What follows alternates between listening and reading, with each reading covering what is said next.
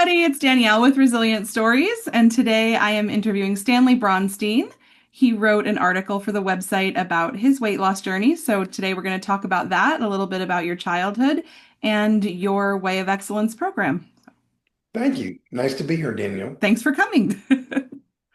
All right. So you mentioned in your article that your mom and your dad had you when they were in their 40s, Yes. and then she passed away a few years later. Do you want to kind of walk us through your Yeah. childhood a little bit? Yes. First of all, I was the youngest child, and I was, let's just say I was unplanned, um, to put it mildly. And my mother was 40 when I was born, and my father was like 45, which, if you think back 60 something years ago, that was pretty old, um, I think. So pretty much, normal childhood along the way. I mean, I knew my mother was sick off and on, but I don't think I realized just quite how sick Yeah, she was. And she didn't kind of let on right. as to how sick she was. And it's interesting looking back at it in retrospect, for many years, I was quite angry Yeah, yeah, that she didn't, explain to me what's going on because I was always an inquisitive child and I would like to think pretty bright.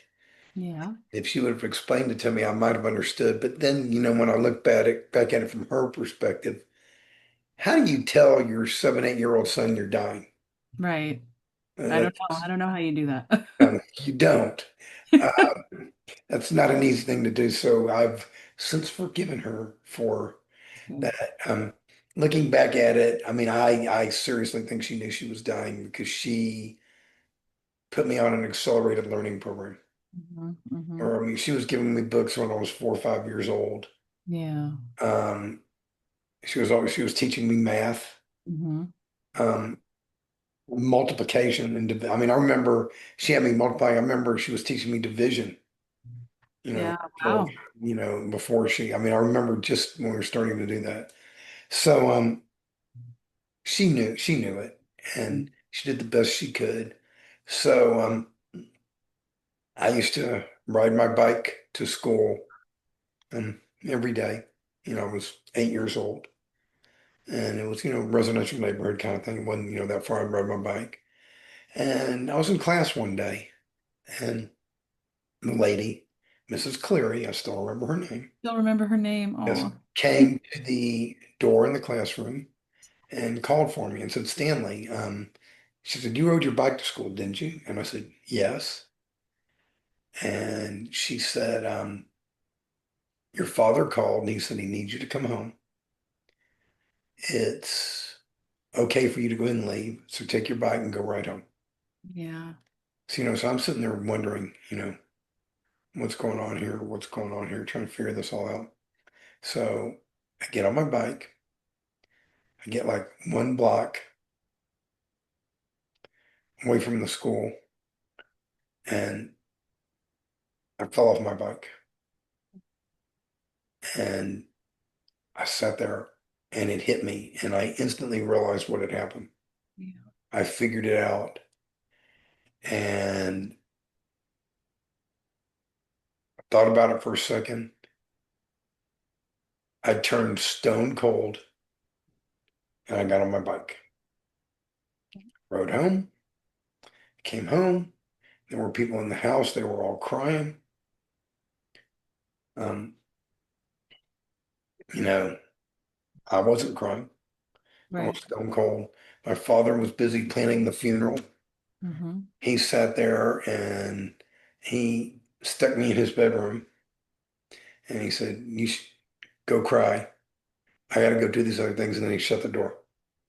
So, looking at it in retrospect, and I, you got to realize it's perspective of the time. Things are very different today Yep. than they were, almost 60 years ago. It's been Right. 15 years ago. Um, he left me in the room by myself. Hmm. Didn't pick me up from school. Right. any of these things. And so, but that's fine. You Yeah. know, when I, And like you said, it's not that he was being a bad parent. This is just what parenting was like. yes, and my father did the best he could in the Yeah. best way he knew how. Yeah. Yeah. Yeah. I mean, he was a hardworking man who had to quit school in the fifth grade to support his family Wow. during the Depression. Yeah. So, he did what he could in the way he could. He taught me other things. Hmm. So then you've got the funeral coming, and I'm sitting there at the funeral home. I insisted that they open the casket and let me see my mother in there. Yeah. Oh. And from what little I remember, I was screaming. Yeah. And, Oh. and I insisted they do that, and they opened it up and they showed me. And then we went to the cemetery. They had the funeral. Still didn't cry. Still didn't cry. Still didn't cry. And went home for the next month, maybe even two. I was having nightmares in the middle of the night that my mother got up in the middle of the night and walked home from the cemetery. No, no. Oh, you You know, poor thing. yeah. So when I was sitting there thinking about that, and so that's the traumatic aspect of the thing. I Yeah. was living, I was the youngest of four boys. All my other brothers, they were 9, 10, 15 years older than me. So they Mhm. were already out of the house. Yeah. And and so I was living with my father, who was massively obese. Before your mom died, or did he get that Before way after? before before Okay. he was massively obese, always been big as long as I knew him. Hmm. And I even look back at their wedding pictures and things. Yeah, he was always a big boy. Hmm. Um, I mean, my family, they knew how to eat well, but they didn't know how to eat well, if that Right. makes sense. Yes, it does. Uh, so, um, so I'm living with him. He was a cook in the army. He owned a grocery store. He was a butcher. So he knew how to cook. And we cooked and cooked and cooked and ate all kinds of garbage. And I remember when we were like 13, 14, it was right around the time when microwaves first came out. Wow. Oh my gosh. And we got one and we were making, I remember making shake and bake chicken legs. We'd make them in the microwave In and the microwave? yeah, made them in the microwave. We figured out how to do it. And, and just doing all kinds of things and just eating garbage and just eating, all I wanted. It was typical family where food is one of the ways that love is shown. Yep. Um, so I And would you were get, also dealing with some repressed emotions too. yeah, and so was he. Yep. And so was he. So was he. And so then, fast forward, came time for me to go to college when I was around 18. That was like 10 years later. Um, I'm there still getting big, getting big, getting big. Um, my rep before my senior year, I said, I'm going to lose some weight.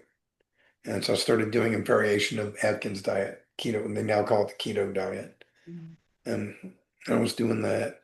Now And you say getting bigger. Do you want to let everybody know kind of where you were at this point when you decided to lose some weight? oh, I don't even know. Roundabout. I don't remember the numbers anymore. My guess would be 275, Okay. you know, um, something like that. Maybe, and Like for, almost 300 pounds. yeah, somewhere between 250 and 300, probably, yeah, big. Hmm. And, and so I started losing weight and I lost a bunch of weight. I got down close to 200 pounds. Hmm. And I Hmm. mean, I was starting to look good. I have some pictures from back then. I mean, I remember my fraternity, there was this one girl who was always nice to me. A lot of people weren't nice to you when you're big, Right. or at least they don't want to date you or anything. And she was always nice to me to begin with. And somebody told her boyfriend told me that we were having a softball game and I was pitching. And she said, "Who's that guy out there pitching? Is that a new guy in your fraternity?" She didn't even recognize me. Oh, wow. That's how much weight I lost. And, I still remember that story. and I appreciate that. She was one of the nicest girls you'd ever meet. Yeah. And so that was all fine until that summer. And my popularity picked up too, Hmm. of course, naturally. And that summer, I was doing a car trip with my best friend. He was actually he was returning from a car trip, and I was in Alabama. He went through Alabama and he picked me up, and I was going to ride home with him. During that 8 hour ride home, he had cookies in the back seat. Uh-oh. Uh-oh. Well, anybody who knows anything about keto diet, which is why I'm not a big advocate of keto diet, you go off it unless you immediately get back on it, you're going to start putting the weight back on. And so I ballooned up, got even bigger than I was. Oh no. So that was all down the toilet. Now Um, you said something interesting I'd like to touch back and get your opinion on. Because I've experienced this too. When you said you lost weight and then your popularity grew and you said it was kind of naturally. Do you think that was solely because people are nicer to others when they're skinnier or smaller? Or do you think it was your confidence picks up and builds and then you start kind of naturally being who you are both, underneath? Yeah, both. both. And I don't even think people do it intentionally. Right. I think it's a subjective bias, a subconscious bias. It's just it's there. Yeah. I Yeah. mean, as a person who used to be big, I used to find that I would have a bias towards someone who's big. I'd go, I lost the weight. How come you couldn't? Hmm. How come Hmm. you can't? Um, kind of things. And over time, that emotion evolved into compassion Yeah. Yeah. for the other person, which is why I'm doing some of the things we're going to talk about Hmm. a little bit later on, because I actually care about other people. Right. Um, so put all the weight back on. I had graduated college by that time. I'm sitting there working. Um, I had a job out of college, and it was a good job, whatever. And then after a couple of years, I decided to go to work with one of my older brothers, 10 years older than me, and he we started a real estate company, real estate brokerage company, Okay. and we were doing, he would bring in the business and I'd run the show behind the scenes. Hmm. Hmm. By that time, I had become a CPA, so I did all the inside office kind of stuff. Uh, One of the things I did was we did a lot of property management, so I would handle a lot of the property management chores. Yeah. I would do things like read leases, interpret leases, even write language for leases, stuff an attorney typically does. Would do. Yeah. Yeah. So I remember one day we got in an argument, and I said I did something, and he said, "Well, I don't think it's right." I said, "Yes, it is. It's right. Here's why it's right." Hmm. Hmm. And he started screaming at me. He says, we're a loud family to begin with." He says, "You don't know what you're doing." And he says, "You're not an attorney." And I said, "You're absolutely right. I'm not an attorney, but I do know what I'm doing, and I still think I'm right." And he says, "You know what you ought to do?" And I said, "What?" He says, "You ought to go to law school." I love how this ends up being how you go to. I gotta I, just tell you, it's I, hilarious. I was like 28 at the time. And I turned around to myself and I said, Not a bad you're idea. absolutely right. A couple of days later, I signed up for the LSAT. 4 months later, I was in school. I love that. I love that about you, Stanley. This is So, funny. so there's a moral of the story. Hmm.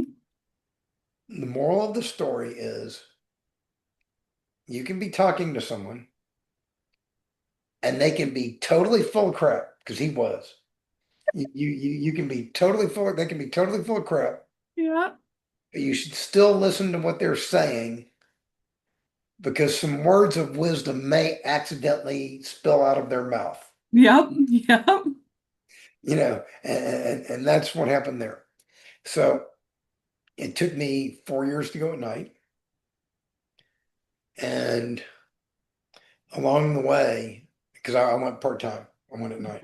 And so instead of the traditional 3 years, um, toward my last year in law school, I started losing weight again. I went to Weight Watchers Okay. Okay. and I earned my 100-pound ribbon. Nice. I had lost like 100, 102 pounds, something like that.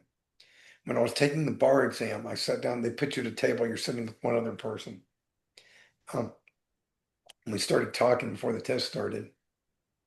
He had lost like 100 pounds or so. So we figured out between the two of us, we had lost like 200 something pounds. Yeah, like a whole person, a Yeah. whole other person at the table. Well, I had another experience like that later on in life. Um, when I met a fellow member of the 200-pound club. Okay. Okay. That's an interesting experience. Yeah. So took the test. I passed the bar exam. I became an attorney. Worked with my brother for a couple of years. Then, I got sick of it and said, I need to go on my own. Okay. You know, just so you know, we still talk and we get along better now than we Oh, did. good. That's good. I'm like, But so so I went off on my own and I was working from my home. And I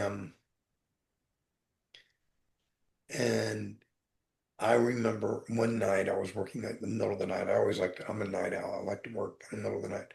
I was sitting at my desk and I had a thought pop into my mind. It said, so this is where it all began.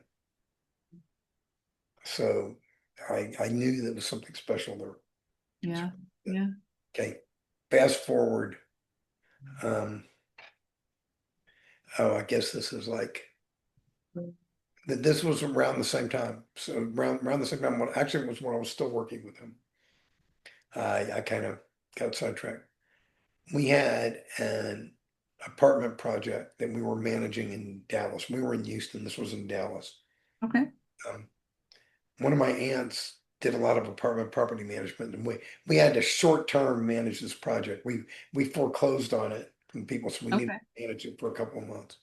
She went to there. She was living at the property and she was managing it. I would fly from Houston to Dallas to help her on weekends. Okay. Um, she she would pick me up from the airport. We had one day she was supposed to pick me up from the airport. She was late. And I said, what's going on? Then she shows up like 30 minutes late. And this was back before we had cell phones and stuff. Right. Right. Um, so she picked me up and she's crying. She gets out of the car and she's crying. Oh no. And I said, what's wrong? She says, Aunt Rosie just had a stroke. That was my mother's. There were three girls. This was one of my aunts, and Rosie was the other one. She said she just had a stroke. Oh no. So I knew she was upset. So I sat there and I said, you move over, I'll drive. So I drive, we got where we were going. And this is just, I know this is longer than what you typically wanted, but there's a lot of lessons to be learned, Yep. which is why I'm sharing it. Yep. So we're all sitting there. She's making phone calls trying to find out what's going on with her sister, what's going on with her sister. And the sister's kids, one of them was also young like me. Mhm. And they were debating whether they were going to tell her that the mother had a stroke. Now she was still alive, right? That's She had still a. alive. And I got angry. I was on the phone. I said, I got angry. Yeah. I said, that's her mother. Mhm. Of Mhm. course you tell her. And I flat out told them, I said, you're the ones who need to tell her, but I'm going to tell you right now, if you don't tell her, I'm going to call her and I'm going to tell her. Yep. I told them that. So they told her. And turns out she got to her mother's bedside right before she died. Oh, So thank that God was, they told her. yeah, that was good. Yeah. So the whole time we're planning that my aunt, the one I was working with, Hmm. needs to go. It's out of town. It was in New Mexico. Needs to get there the next day to go see her sister. So we planned the trip and everything. That night, When she's getting ready, she's sitting there crying and she says, I need to write my sister a letter. I went to my pocket. I had in my pocket. That aunt and her husband had given me when I graduated law school, they had given me a fountain pen. Mm-hmm. And an ink one, you know what the cartridge is. They'd given Yep. me a really nice fountain pen. I said, I pulled out the pen. I said, this sister was given to me. I'm sorry, this pen was given to me by your sister. Mm-hmm. Why don't you use this pen to write the letter? Yeah. So there I was, it's how the timing works and everything. And the interesting thing about this whole perspective, this aunt who I was with, she's the probably the most empathic person in the whole family. Mm-hmm. If you go back to when I was at my mother's funeral, somebody needed to bring me out of my shell. Yeah. And nobody noticed it, and nobody was there to do it, and nobody did it. Yeah. If there would have been any person in the family who might have noticed it and might have done it, it would have been her. There's just one problem. She was not at the funeral. And Oh, the wow. reason she was not at the funeral is because she was 2 or 3 days away from giving birth. Oh gosh. Oh, So she didn't get to go. yeah. And she found out about it when she was giving birth. And the doctor said it was the saddest birth he'd ever seen in his life. Yeah. Um, Oh, so there was unhealed trauma there with her, right. unhealed trauma with me. And all Mm-hmm. of a sudden, all these years later, the two of us are thrust together out of town alone, staying in Mm-hmm. the same place with the perfect opportunity to heal each other.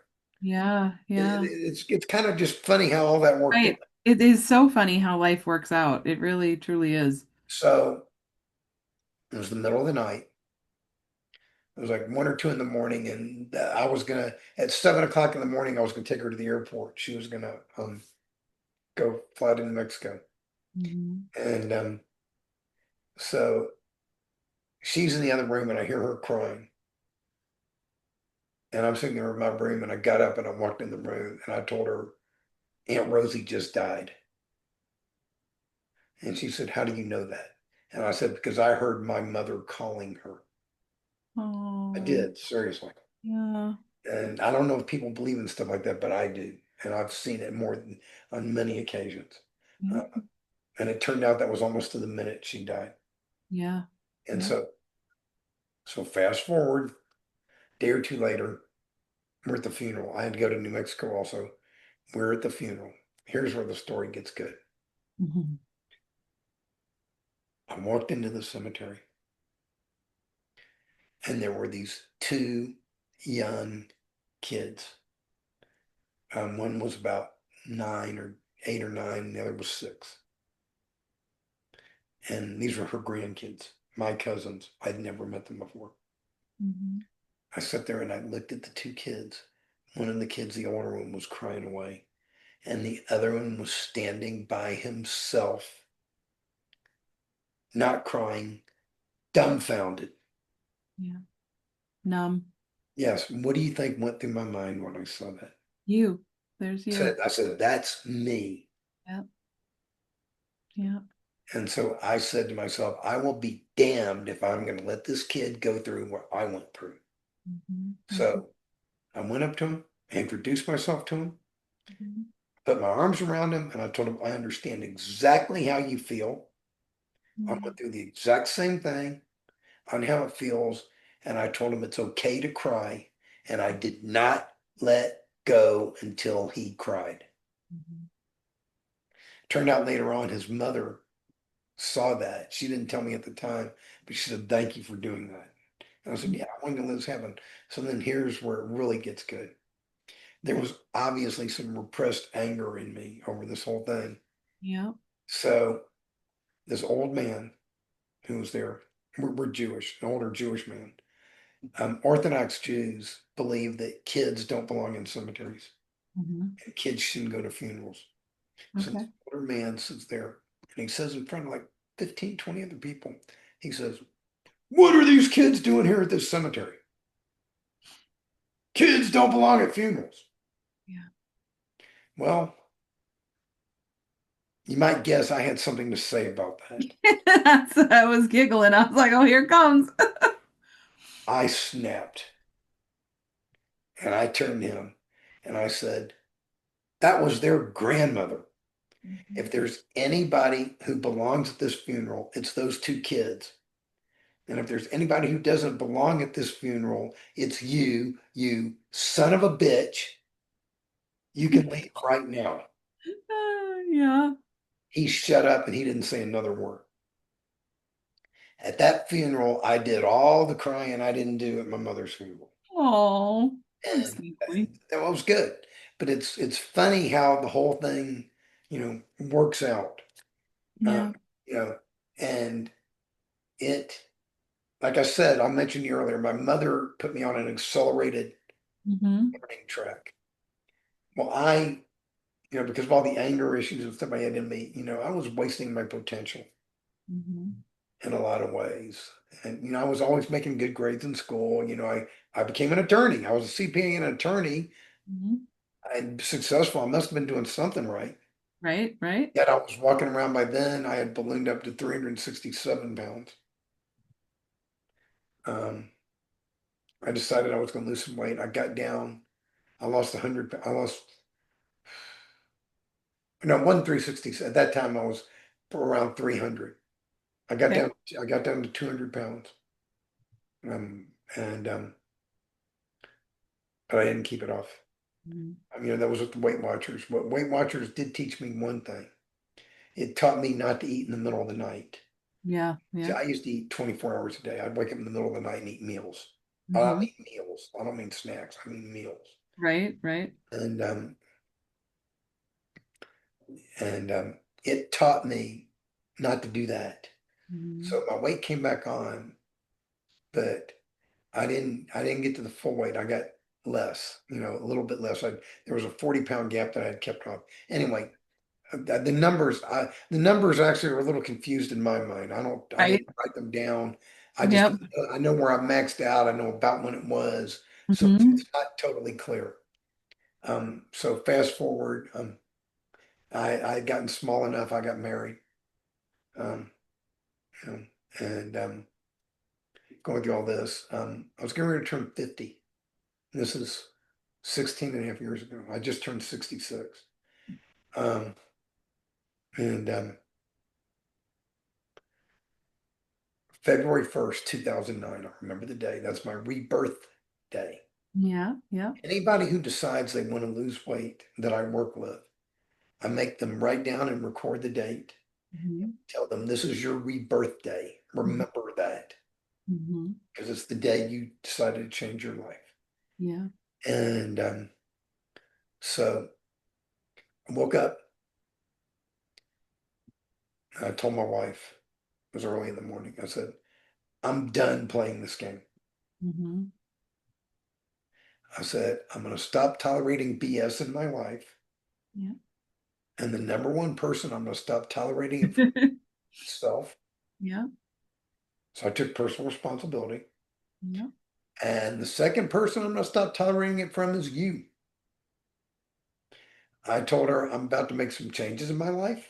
Hmm. You may like them and you may not like them. And to be honest with you, I don't care. I said, I'm going on a journey and I'm inviting you to come along the journey with me. I Hmm. hope you do. But if you don't, I don't care because to be quite frank, if I don't start making these changes, I'm going to be dead. Right, And right. I don't want to be dead. Mm. Um, at the time, I was 320 pounds. So I'd never reached my max 367, but I was 320 and I was big. And just so you know, we're still married and we get along better now than we did then. So I'll tell you, in case anybody's curious. But that's a harsh thing to tell somebody. Yeah, it is. Yeah. That's that's called being selfish. Hmm. There's good selfish and there's bad selfish.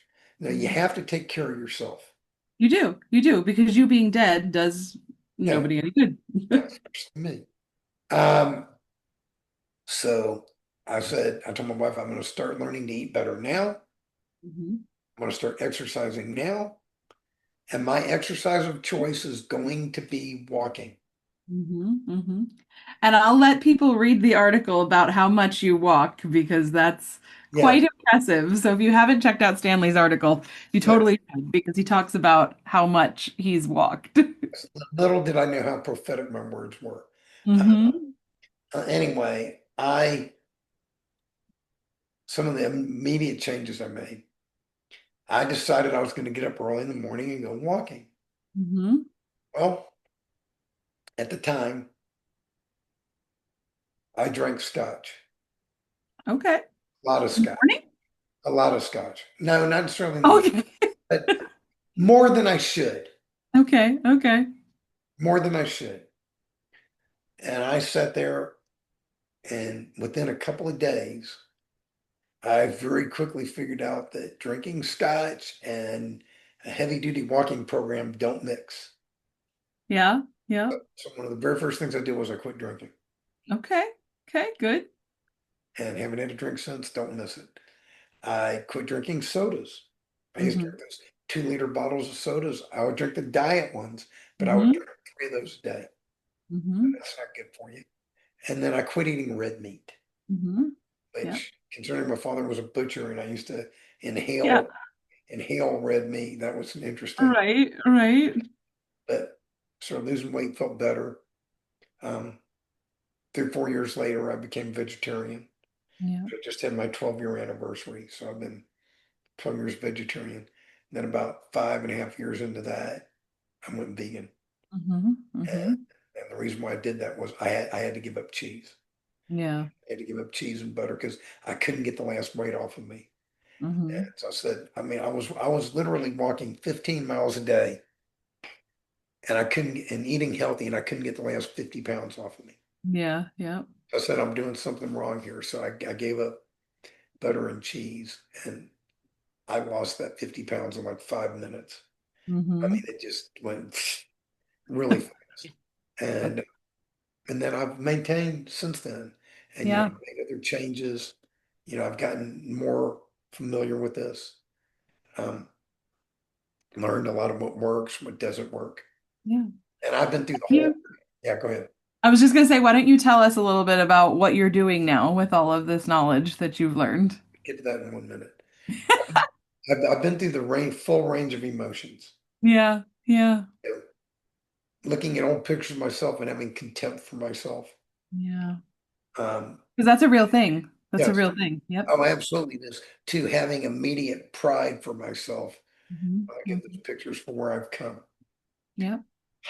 I had to learn to forgive myself Hmm. Hmm. because, to be quite frank, I did a number on myself. Hmm. And I cost myself many opportunities. I cost myself many relationships, many business opportunities, Hmm. many friendships, all kinds of things. And I was faced with the choice. Either I live in the past and I beat myself up for all the mistakes I made, Yeah. and I keep beating myself up, or I cut myself some slack Hmm. and I choose to love myself and say, okay, you screwed up. Fortunately, you learned what was going on before it was too late. Here's what you did. Now go enjoy your new life. Yeah. Yeah. And fortunately, I learned to do that. But that's a whole emotion Yeah. that you have to deal with. Um, I went from in the beginning, I would sit there and I would see other people who were very obese, and it would make me ill, and it Hmm. would make me. I didn't even know them, and I would have instant contempt Hmm. for them. Yeah. Like, I lost weight. How come you can't lose weight? What's going on with you? And then somewhere along the way, I realized that the contempt I had for them means that obviously I had had contempt for myself. Hmm. Hmm. And I learned to let go of that. Yeah. And I learned to have compassion for those people Hmm. and say they need help Right. and to be there for them and to help them when I can. But one of the problems, especially in this society, with people who are overweight and obese. You can't just walk up to someone and go, "Hey, I'm Stanley Bronstein. I noticed you need to lose 100 pounds. I'm here to." Right, that won't go over very well. No, that doesn't work. Trust me, I've tried it. I'm trying. Yes, Oh, doesn't dear. doesn't work. Um, so I'm a stage. I just turned 66. I'm in a stage in my life where I could retire if I want to. Hmm. I don't have to work. Right. I'm taken care of. I have everything I need. Hmm. Hmm. But while I'm 66, I feel like I'm 35. Yeah. Yeah. And I wasn't in this kind of shape when I was 35. So I'm actually better than I was Right. when I was 35. And I've got stuff to do. This Love that. experience taught me three things. First one is, as confident as I am, being an attorney, CPA, successful in business, would you believe me if I told you the experience of losing 220 pounds and keeping it off blew my mind? Yes. It did. Hmm. It taught me that I am more powerful than Hmm. I ever imagined. Right. Okay. It also led, that's the first thing it taught me. Second thing it did was it got me to ask some questions, which is, if I'm capable of doing this, what else am I capable of doing that's out there waiting for me to do? Right. Right. And we're coming to that in a minute. And the third thing it taught me is that as special as I am no more special than anybody else. Hmm. That if I am capable of doing these things, if I am more powerful than I ever imagined, so is everyone else. Yeah. Yeah. They just need someone to help them realize that Hmm. and to develop that. So what I am in the process of doing, it's right in the very startup stages. It's a thing called the £1,000,000 Weight Loss Challenge. Website is millionpoundweightlosschallenge.com. Hmm. If you type in £1,000,000 weight loss, it'll take you there too. It is a website where we're putting out all these incredible resources. Hmm. Hmm. First of all, information, good information, curated information, because so much of the information out there on how to lose weight is garbage. And it is put out there by companies who want to do nothing but make money off of us. Hmm. And they don't give a damn Yeah. about us other than what they can make from us. Right. And so that doesn't fly. So I want to have a good trusted information source. Yeah. Yeah. I like to have a tracking website where you can track your weight loss journey. Hmm. Hmm. Add it all up toward, because the goal is to get 50,000 or more people to lose 20 or more pounds each. That'd be £1,000,000. Yeah. Yeah. I want to do a lot more than that personally, but you got to start. You'll have to keep changing it as the tracker goes. Yeah. So I've put together a team of experts, Hmm. one of whom I'm speaking to right now, Danielle Dodd. Yeah. Uh, Very excited about it, to be honest. she has a level of compassion that since I've met her, I've been following her on Instagram all the time. And I love that. And I Oh, appreciate thank you. it. And the world needs more of that. Thank you. Um, and some other experts as well, all over the board. I've found that to me, successful weight loss is a three-part process. Yes. First one is healthy mindset. Hmm. That's where Danielle helps come in. 90% of permanent weight loss is between the ears. Yeah. Yeah. It really is. I didn't lose the weight and keep it off until I got my head on straight. Hmm. So it's between the ears. And then the other parts are learning to eat healthy. Hmm. And just so people know, okay, I'm vegan. I'm not telling you have to be vegan. Right. I'm not Right. telling you have to do what Stanley does. I'm telling people you need to learn what you're doing and you need to learn to eat healthier. It Hmm. is a journey, it is a process. Yeah. You don't need to do what works for Stanley. You need to do what works for you. Right. Yeah. And I'm here, and the team of experts is here to help you figure out what that is and Hmm. help you help empower you to do it. Yeah. The third phase is movement. You got to move. And Yeah. it's so much what you hear about exercise is got to exercise for 20 minutes and you got to Right. do this. And the funny thing is, I've been the exact opposite. Hmm. I almost never exercise like that. Hmm. I exercise walking slowly Hmm. for hours. Yeah. I'm able to do that because I have the time. But I'm telling you right now, if the average person would walk 20 minutes a day Hmm. and eat just a little bit better, we'd all be a lot healthier and we'd all be a lot happier. Yeah. And one of the things Danielle and I are going to do, she has a daily walking program where she walks around the lake. Once we get this all going, we're going to Zoom this stuff and let's walk with Stanley and Danielle, I love it. I love it. and we're going to do that stuff. And, and that's it. I mean, and I'm going to make this happen Hmm. because I have nothing better to do. Yeah. Yeah. I'm persistent. And the whole name of this game is persistence. The name of the game of life is persistence. Because how many times did you lose weight, fall off, come back, and I mean, many of us can I've relate to that, probably myself included. in my life, I've probably lost 1,000 pounds Right. Right. It's a journey. It's not a one and done. and put it all back on except for the last time. Yep. And and what I learned out of that experience is temporary changes yields temporary results. Hmm. Permanent changes yields permanent results. Yep. And the problem is so many times people are scared. I don't want to make these changes. I don't want to Right. do it's too hard. Hmm. I got news for you.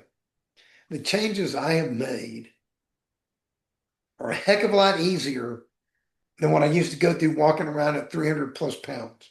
Right. That's hard. Right. It's like the choose your hard mentality. Yes, exactly. It's exactly what it is. I use that all the time. Yeah. And this is easy compared to that. And people talk about, look at all the things you gave up.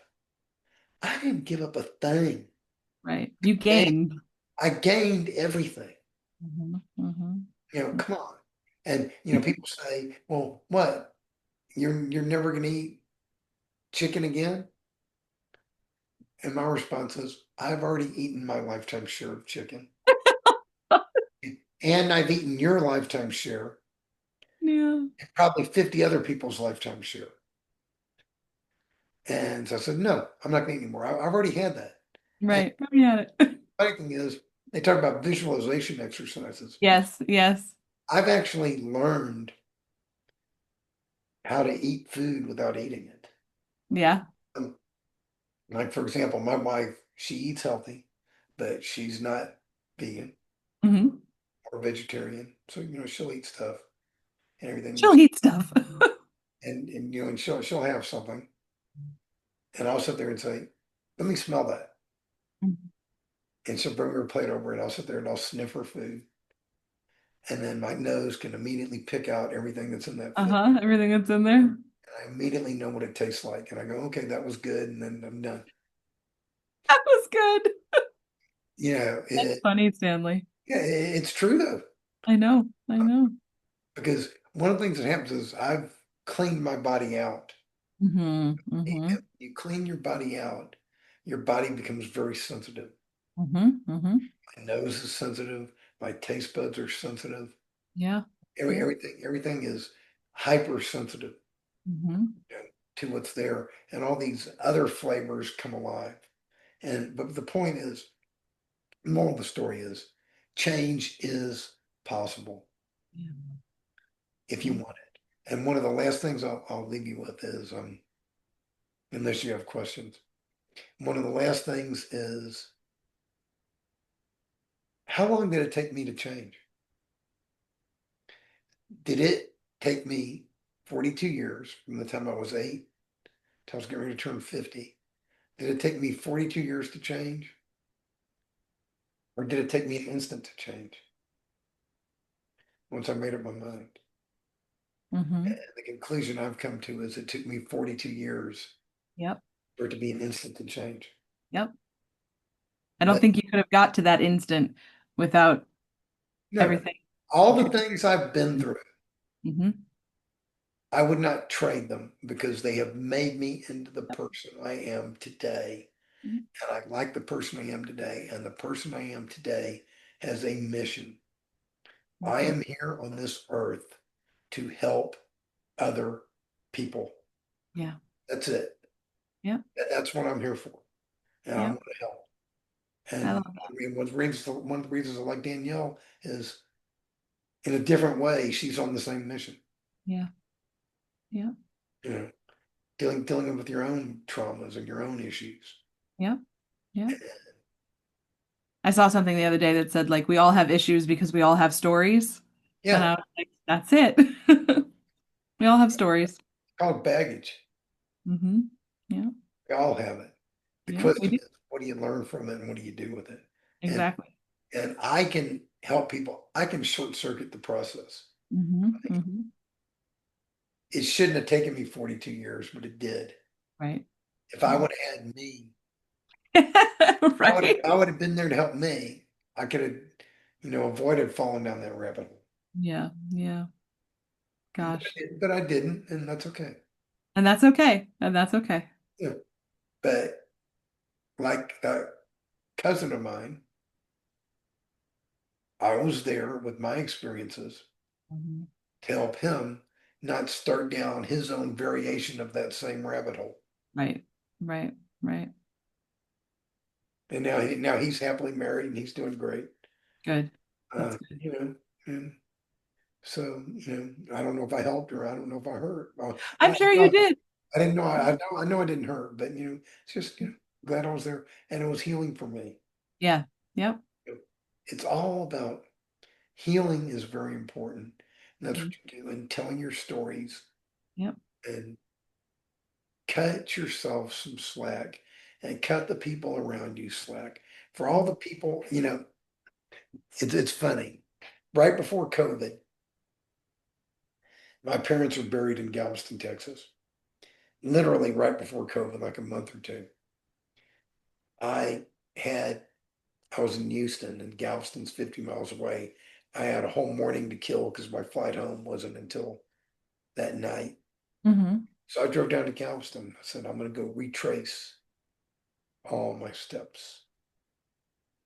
Um, I went back to my elementary school. Um, Yeah. I walked home from the elementary school back to my house. Um, I went the home I grew up in. I rang the doorbell. The lady knew me. It was the same people my father had sold the house to when he married. Yeah. It was right before Christmas. She let me in. We talked. Her husband had just died, Oh. and she was there with her kids, and they were all talking and everything. And I just sat there and I looked at the house, and I told her, I am so happy that you are the ones who bought this house because it is obvious to me that you made this house a home, Yeah. and I appreciate that. And I gave her a hug, and I left. Um, I when I got back home, I made a donation in memory of her husband.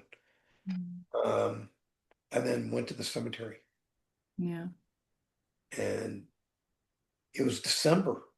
It Hmm. was a gorgeous day. It was probably like 10, 11 o'clock in the morning, so the sun was overhead. I sat there and I laid down between my mother and father's grave, laid on the grass, Yeah. laid down, and I sat there for an hour and I talked to them. Yeah. I told them everything I'm doing,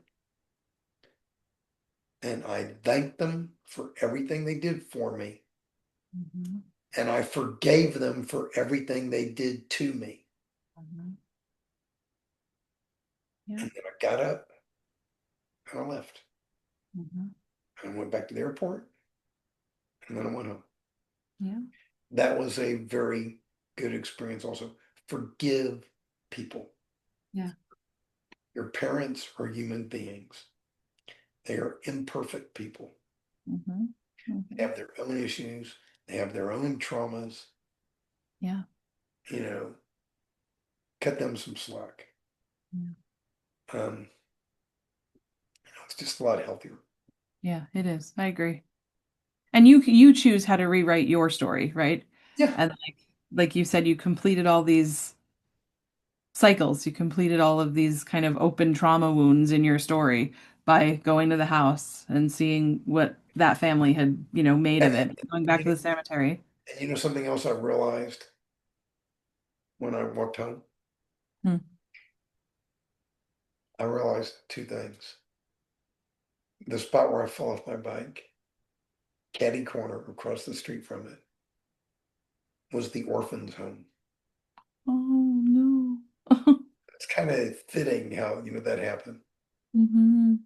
And then the other thing was I'm a believer. I'm always looking for signs that you're supposed to be somewhere. Like Hmm. I have a totem animal Hmm. that represents me. It's the snail. Okay, I was looking at the snail behind you. There's a bunch of my, but it's the snail. Okay, Steady, diligent, persistent. Get where I'm going no matter how long it takes. So that's my totem animal. I love that. When I was sitting there at that street corner, I sat there and I was looking around and I looked in the bushes. And what did I find in the bushes? I found a family of snails A crawling. family of snails, not just a snail. I found a family of snails crawling around in the bushes. I love that. Yeah, so I was like, yeah, I'm supposed to be here. Yeah, Um, that's great. so that's my story. And I encourage people to write your own story. Yeah, If you can take anything out of this, you are more powerful than you ever imagined. yeah, yeah. I agree. And if you're watching this and you want to share your story, you can reach out to me at resilientstories.com.